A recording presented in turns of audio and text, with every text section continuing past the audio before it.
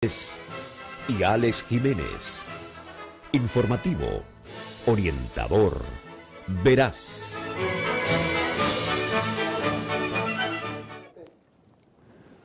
Muy buenas noches, sean todos bienvenidos a esta entrega de Teledebate y Noticias 16. Hoy que estamos jueves 13 de julio del año 2017, jueves de la vida y de la seguridad social. Recuerden que estamos llegando a todo el país a través de este canal y de los canales 16 de Tricón, 17 de Win Telecom, 18 de Claro, una amplia red de telecables en el interior del país, cubriendo pues todo el territorio nacional. Le pueden dar también seguimiento a Teledebate a través de Twitter, Facebook y YouTube. Bien, pues la frase de este día dice así: quien tiene fe en sí mismo no necesita que los demás crean en él. Un día como hoy, en el año 1793, a la edad de 50 años, fue apuñalado por Carlota Corday mientras se encontraba en la bañera, provocando la muerte a Jean-Paul Marat, nacido en Suiza el 24 de mayo de 1743. Estudió medicina en París, doctorándose en Londres, donde ejerció la profesión por espacio de 11 años, la cual alternó con el periodismo. Vuelto a Francia, fundó un periódico, El Amigo del Pueblo, desde cuya página fustigó duramente a los políticos moderados, a los que calificó de traidores. Al estallar la revolución, adoptó la posición más extremista, identificándose con los jacobinos y participando en las matanzas que ensombrecieron el proceso, dando inicio a la era del terror, la cual ayudó a consolidar desde las páginas de su periódico y como miembro de la Convención y de la Comuna de París hasta el momento de su muerte. Tirando a fondo, seguridad social, entre las muchas lagunas que todavía presenta el sistema de seguridad social en el país, a más de 15 años de haber entrado en vigencia, cobra especial importancia el sector informal de la economía, para cuya incorporación todavía no se ha encontrado el mecanismo apropiado. Tal como expuso el tesorero de la Seguridad Social, Henry Sadalá, esa situación afecta de manera sensible la sostenibilidad del sistema, donde hasta ahora más del 60% de los afiliados corresponden en un 90% a las micro y pequeñas empresas, cobrando salarios inferiores a 15.000 pesos, por lo que disfrutan del seguro de salud subsidiado. Es uno de los tantos problemas que deberá abordar la comisión que estudia la modificación del sistema, que es de esperar trabaje sobre sólidas bases técnicas para evitar el posible naufragio del mismo. Y bases, aparte de las bases técnicas, voluntad política. Tú acabas de decir que tiene 15 años. Da para 16 ya. Que entró en vigencia. ¿Qué pasa? El 50% de esa ley no está siendo aplicada y se está gobernando por resoluciones. Así mismo. No ha habido la voluntad para imponer las cosas. Y entonces, bueno, cada día es peor. Y en este momento es mucho peor. Seguro se va agravando el problema. Sensible pérdida: con el deceso de Armando Almanzar, el mundo literario dominicano pierde a uno de sus más destacados valores. Además de un consagrado escritor, Almanzar fue el más calificado crítico cinematográfico del país, una carrera que dio comienzo en el Listín Diario en el año 1963 y que fue extendida a la radio y la televisión, ejercida de manera ininterrumpida, pese a sus quebrantos de salud, casi hasta el momento de su fallecimiento. Autor de numerosas obras que deja como inapreciable legado, Almanzar recibió numerosos reconocimientos en el curso de su larga carrera, hasta culminar con el otorgamiento del Premio Nacional de Literatura en el año 2012. Al morir tenía 82 años de edad. Fue de las figuras que dejan huella indeleble de su paso por la vida. Descanse en paz.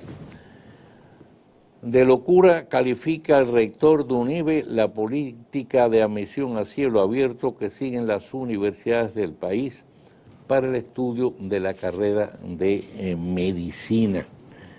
El rector de UNIBE, que precisamente estaba celebrando el aniversario de su creación, el doctor Julio César Castaño Guzmán, advierte que dicha cantidad de futuros médicos resulta en extremo exagerada, que no podrá encontrar ubicación en el sistema de salud del país ni en otros de la región. El destacado galeno y educador recomienda diseñar un nuevo perfil para el médico dominicano y orientar a los estudiantes a otras especialidades profesionales relacionadas también con el sector de la salud.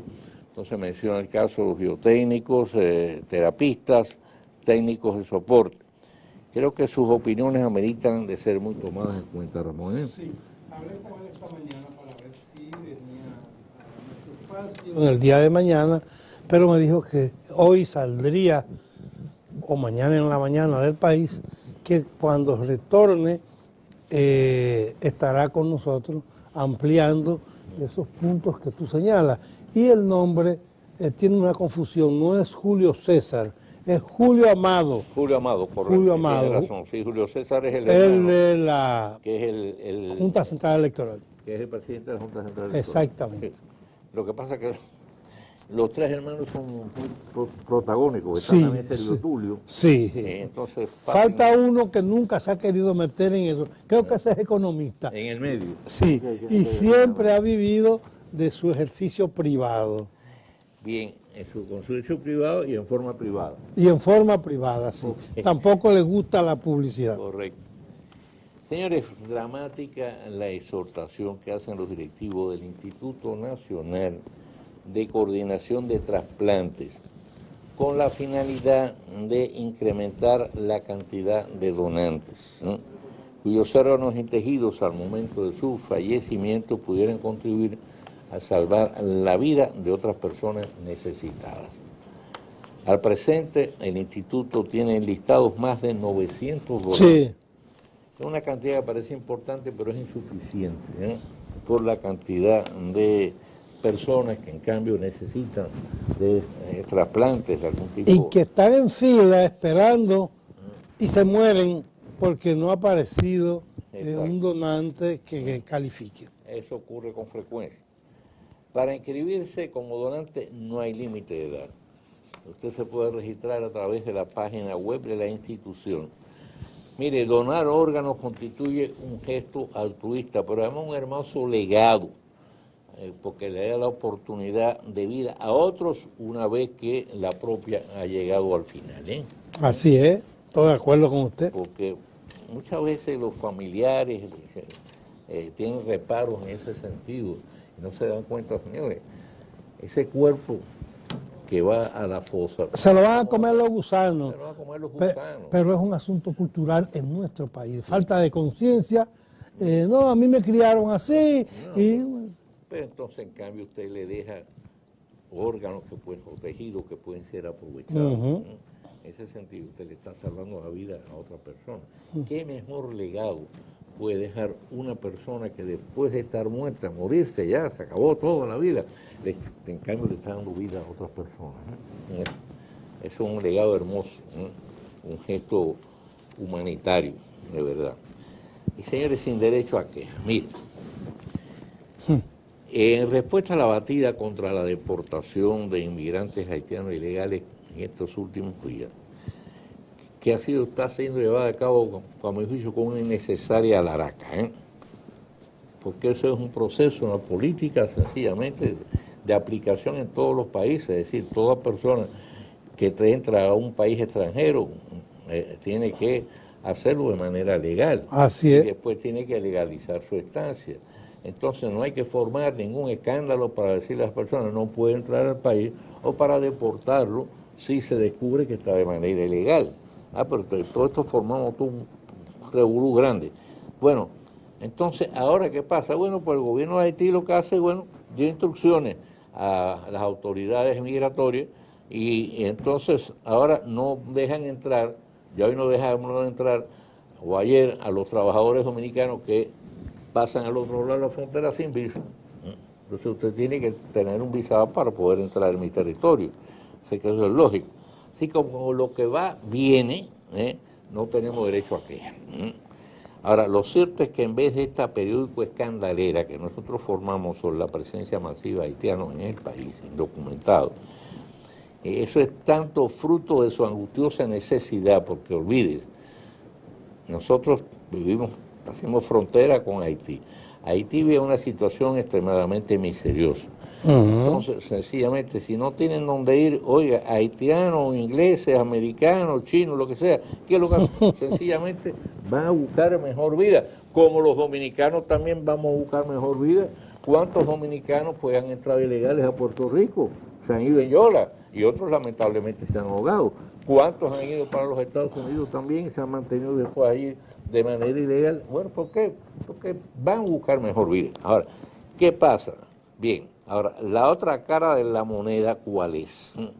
Es nuestra propia irresponsabilidad. Nosotros somos los que tenemos que cuidar nuestro territorio. Eso, ahí está el asunto. Nuestra propia irresponsabilidad. No hemos sido capaces de nosotros resguardar. Tenemos 57.000 efectivos militares. Mira, ¿y qué hacen? Mira, primero que no tenemos una vigilancia suficiente y eficiente en la frontera. Eso es un colador. Así es. Pero tampoco aplicamos las normas que nosotros mismos establecemos. Así es. Aquí hay una norma de trabajo que dice, usted no puede contratar nada más que un 20% de personal extranjero. Eso se viola todo lo es al revés. En vez de ser 80 dominicanos y 20 extranjeros, 80 extranjeros y 20 dominicanos, si acaso. ¿Y usted sabe quién es el culpable? Ahora, esa es una práctica, señores, que está ocurriendo con total impunidad. Ahora, pero aquí viene la cuestión fundamental a mi juicio. Hay algo de verdad en que la mano de obra haitiana, sobre todo en la agricultura y la construcción, desplaza a los dominicanos, sí. O por el contrario se corresponde al hecho de que los trabajadores dominicanos prefieren dedicarse a otras labores menos exigentes y mejor retribuidas, incluyendo el motoconcho. Yo creo que eso es lo primero que tenemos que establecer con toda sinceridad. Vamos a suponer, no puede entrar aquí ningún haitiano. Bien, hay de verdad buena disposición en este caso para la masa trabajadora dominicana para integrarse a la construcción, integrarse a la agricultura. Ese es el punto. Sí la hay, Mario. ¿Qué pasa? No tanto. Mire, yo estuve hace algún tiempo en un proyecto bananero, cerca de la frontera. Bien, en ese proyecto bananero las condiciones de trabajo son excelentes, en todos los sentidos. Cuando pregunté, me dicen, no es personal por haitiano, aquí lo que hay 7, 8 dominicanos. ¿Por qué? Bueno, porque trabajan 6 meses, cuando reúnen un poco de dinero van y se compran un motor y montan un motoconcho. Porque es mucho más cómodo el motoconcho que estar trabajando en la agricultura. Mucho más cómodo que estar trabajando en la construcción. Mira, la falta de incentivos, tanto en uno como en otro, es responsabilidad del Estado, porque tú, ahora que tú tienes seguridad social, tú puedes tanto a los obreros de la construcción como a los obreros agrícolas incluirlo, pero incluirlo no de boca, sino efectivamente. Pero hoy que es Día de la Vida, vamos a dilucidar con nuestra invitada o invitado de la vida, el caso, si aparece y no ha perdido, porque ahora con el asunto de los tapones, esto está fuerte, sí, tapones y calor. Así mismo. Vamos a hacer la pausa, regresamos.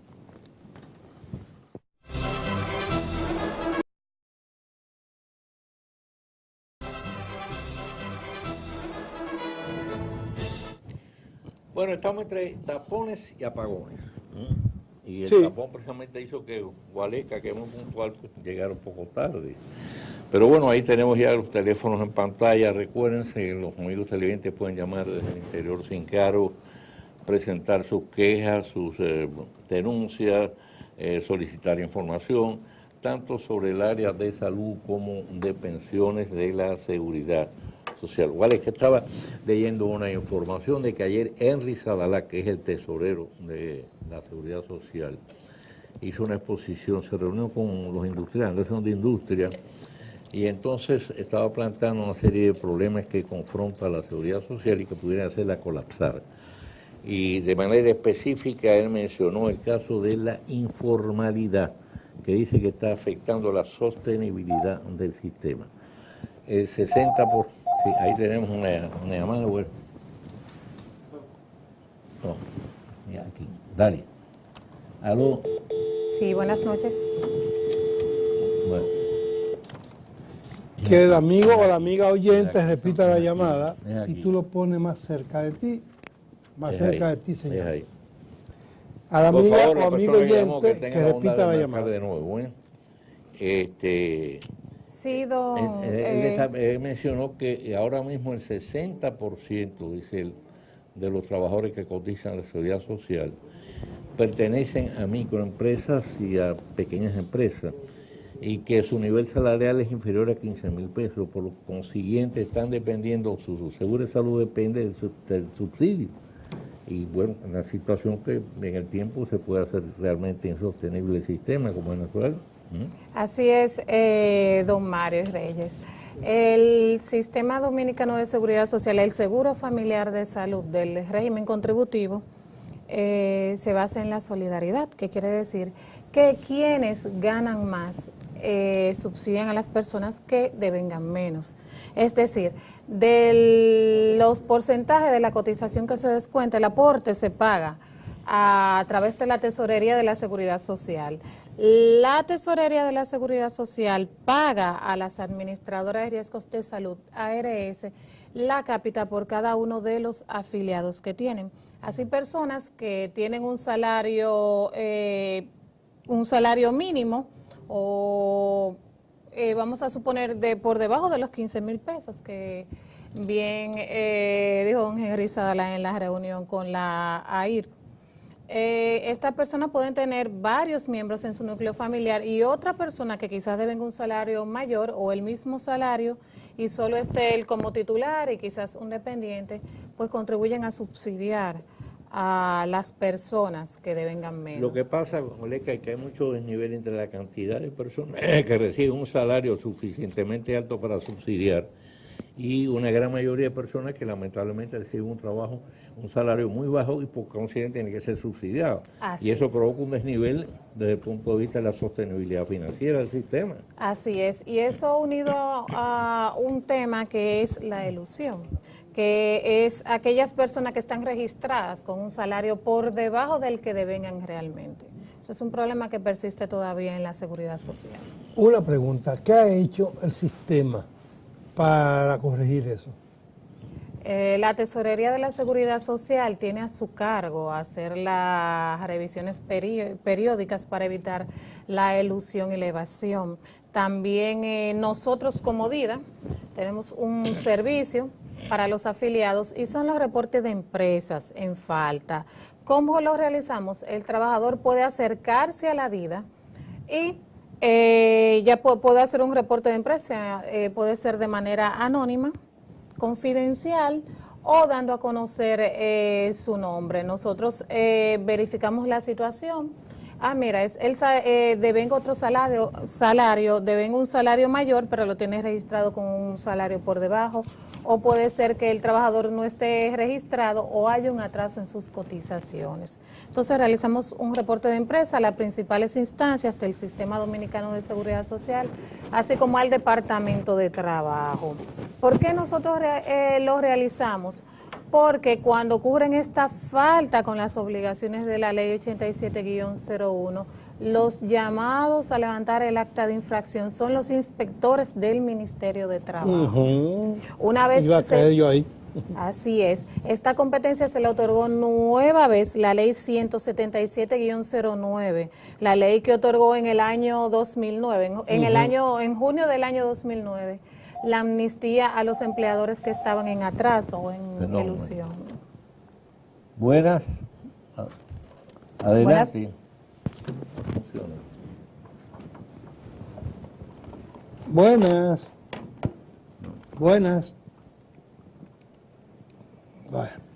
Parece que tenemos problemas con el teléfono. Buenas. No sé qué vamos a hacer nosotros con los teléfonos. Que vuelva y llame. Bien, como les decía, para que los televidentes tengan un conocimiento de este tema, que cualquier afiliado, cualquier trabajador pudiera estar presentando esta situación incluso sin darse cuenta. Por eso es bueno que se acerquen a la DIDA y que verifiquen si su empleador le está cotizando el salario que realmente están devengando. ¿Saben cómo se dan cuenta los trabajadores? Generalmente es con el seguro de salud, con el seguro familiar de salud. Cuando van a requerir un servicio médico y le dicen, no, tú no tienes cobertura, y dice el trabajador, pero yo estoy trabajando, yo tengo mi carné, mi carné de mi ARS, mi carné de asegurado, qué extraño. Entonces es ahí cuando el trabajador se acerca a la DIDA y se verifica que hay un retraso. El retraso en el pago de las cotizaciones de la Seguridad Social solamente afecta al trabajador en la suspensión de los servicios cuando el empleador tiene más de 60 días que no ha pagado la Seguridad Social. Entonces ahí es que el trabajador se da cuenta cuando se acerca a nosotros. Pregunta a un amigo televidente. Tengo dos preguntas que la semana pasada no se pudieron hacer por falla del teléfono. Una es, los militares y los policías que fueron traspasados a SENASA, ¿cuál es el tope de la cápita y del sueldo que deben pagar? El tope que está establecido es de 10 salarios. De 10 salarios. De 10 salarios mínimos de la Seguridad Social, que está en 11.137 pesos. Son 10 salarios mínimos. 10 salarios mínimos. O sea, estaríamos hablando de 111.370. Una persona, un militar que tenga ese sueldo, ¿cuánto pagaría? Un militar que tenga ese sueldo pagaría solamente hasta el tope.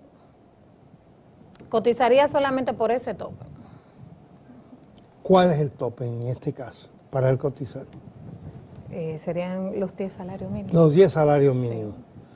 Porque yo planteé un caso de un militar que le estaban quitando 17,000 pesos.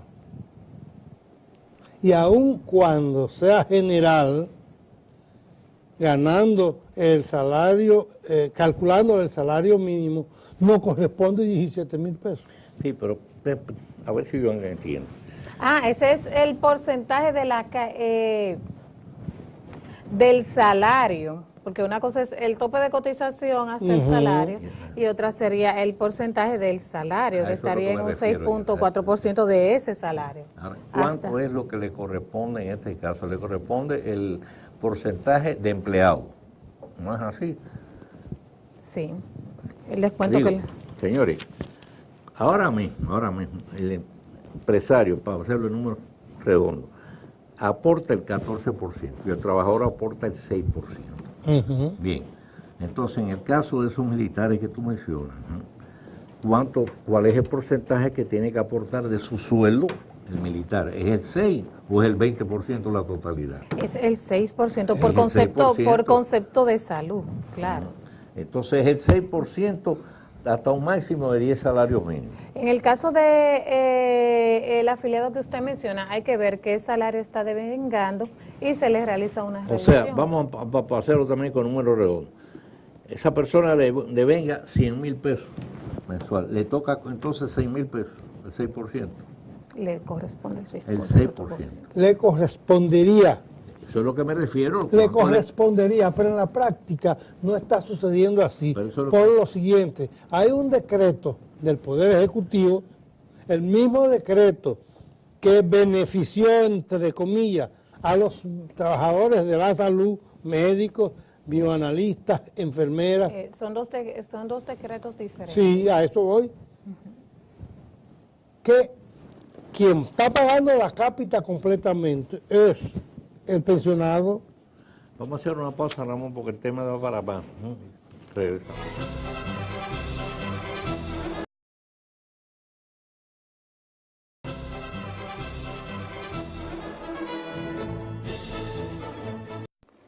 Bien, de nuevo regresamos con la vida y con Gualesca Encarnación. Estábamos hablando del tema de cuánto es la cotización que le están cobrando en ese sentido ahora mismo a los pensionados de la Fuerza Armada, ¿verdad?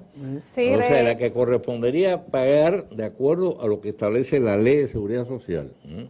Y en cambio lo que le están cobrando. ¿Es así? Sí, mire, de acuerdo al decreto 159-17, emitido por el Poder Ejecutivo,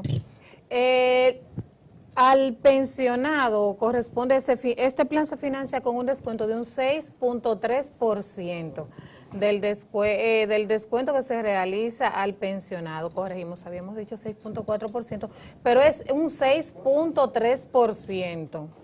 Y le corresponde afiliarse, recibir los servicios de salud a través del SENASA. ¿Quiénes van a estar afiliados al SENASA? Aquellos pensionados que no sean dependientes de otra persona o de un titular que se encuentra afiliado en otra ARS. Si tienen el núcleo familiar conformado por otra persona cotizante, pues no les tocaría necesariamente, claro está, voluntariamente pudieran elegir esta ARS. Y aquellos pensionados que se encuentren trabajando, que se le descuenten de su pensión, pues que se encuentren registrados en la nómina de la Tesorería de la Seguridad Social, pues también les correspondería. Waleska, hay dos casos concretos que ya lo han denunciado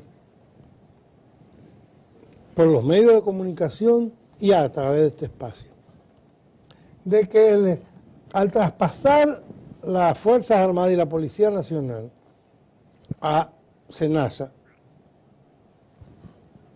todavía hay muchos núcleos, a pesar de que se le está descontando, que no le han dado el carnet. Y al no darle el carnet, no pueden ser beneficiarios de los servicios. Deben de procurar su carnet ante la ARS que se encuentran afiliados, en este caso ante SENASA, Servicio Nacional de Salud, pero ese hecho no implica que debe de ocurrir una denegación de servicios, porque cualquier persona puede ser localizada, puede ser verificada en los sistemas a través de su cédula de identidad, así que no debe de suponer una denegación de servicio para estos afiliados. Pues está ocurriendo.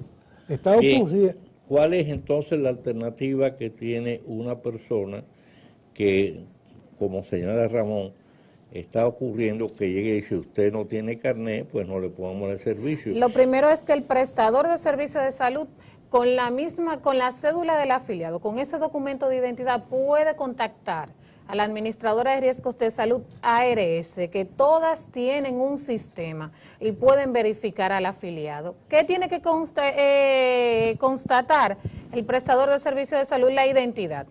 Con el carnet que tenga en la mano, con el documento que tenga, ya sea la licencia de conducir, ya sea otro tipo de carnet, preferiblemente la cédula. Pero contactando, bueno, este es el afiliado, este es el paciente que yo tengo enfrente, este es, por ejemplo, Ramón, sí, mira, es a Ramón a quien tenemos aquí.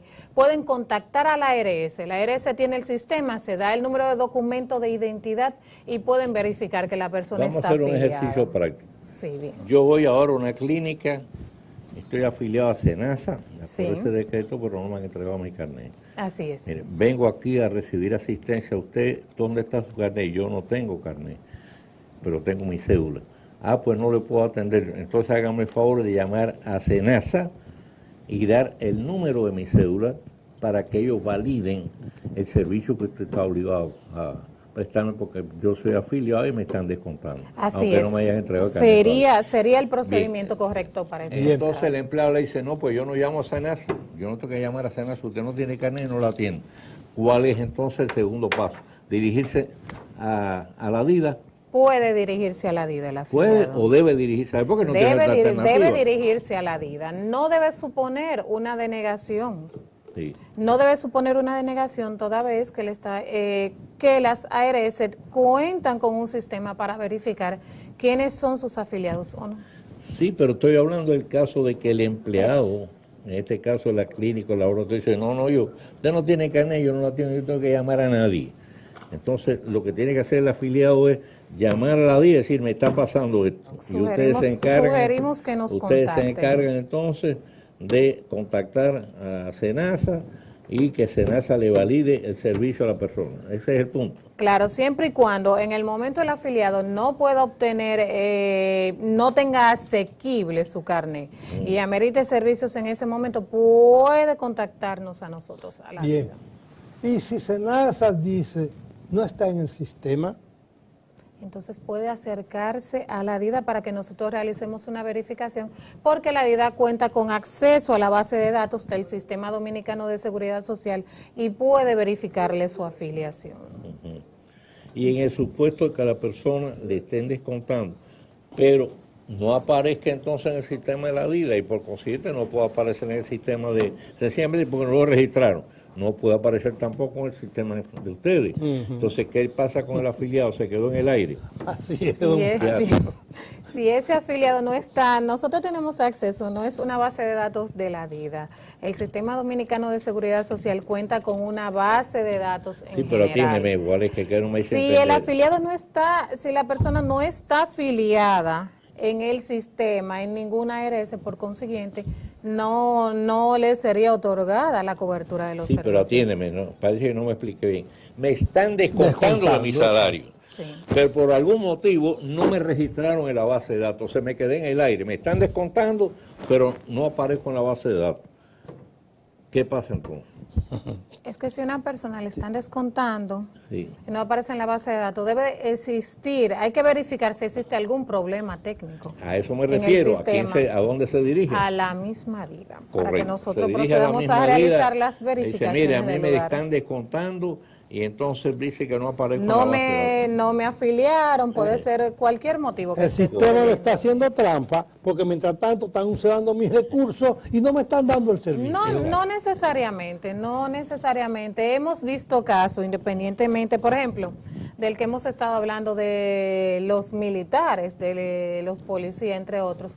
Hemos visto casos que se deben a, por ejemplo, problemas con la identificación, con la Sí. cédula de identidad. Entonces, este tipo de problemas, aunque se le realice el descuento al trabajador, si hay problemas con su identificación personal, debe de ser solucionado primero ante el organismo competente, que sería la Junta Central Electoral. Estamos hablando de cancelaciones, por ejemplo, de cédula. Pero sugerimos que se acerquen a la DIDA para detectar de qué problema es que se O sea, trata. ustedes se encargan de los trámites. Así es.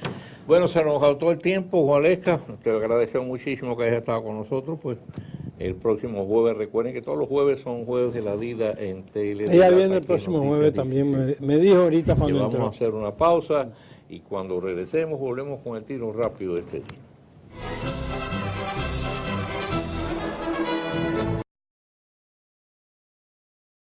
En Teledebate, el tiro rápido con Mario Rivadulla.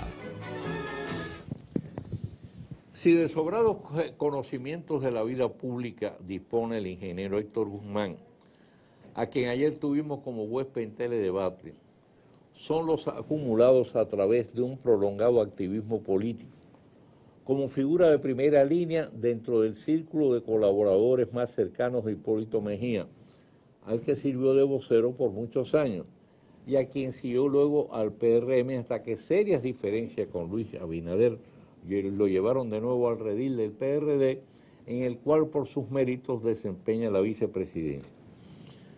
A la experiencia acumulada de ese largo ejercicio, Guzmán suma además una bien desarrollada capacidad de análisis y prudente visión de futuro.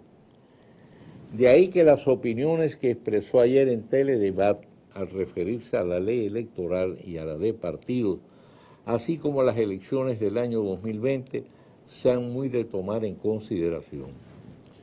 El dirigente PRDista afirma que discutir la ley de partidos antes que la electoral es un contrasentido, por cuanto altera la secuencia lógica que debió seguirse en este caso, debiendo abocarse primero a tratar de consensuar esta última. Para ello entiende que terminada su misión al frente de la Comisión Especial designada para evaluar el proceso de adjudicación de las plantas a carbón de Punta Catalina, debieran requerirse la colaboración de Monseñor Núñez Collado para asumir esa responsabilidad que ha desempeñado con tan singular éxito en otras ocasiones.